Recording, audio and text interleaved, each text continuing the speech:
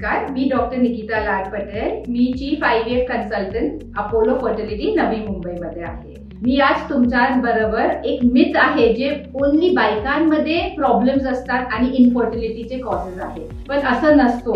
50% स्त्रियांमध्ये प्रॉब्लेम आहे, 50% माणसांमध्ये प्रॉब्लेम असतो. तर ते आपल्याला कसं समजतो? आपल्याला एक टेस्ट असतो हस्बंडचे सीमेन ॲनालिसिस. ते 3 दिवस ते संबंध ठेवत नाही, कुठल्या पण पॅथॉलॉजी मध्ये जाऊन ते सॅम्पल देऊ शकतात. आपल्याला त्याच्यात समजायला पाहिजे की त्यांचं सीमेन काउंट किती आहे.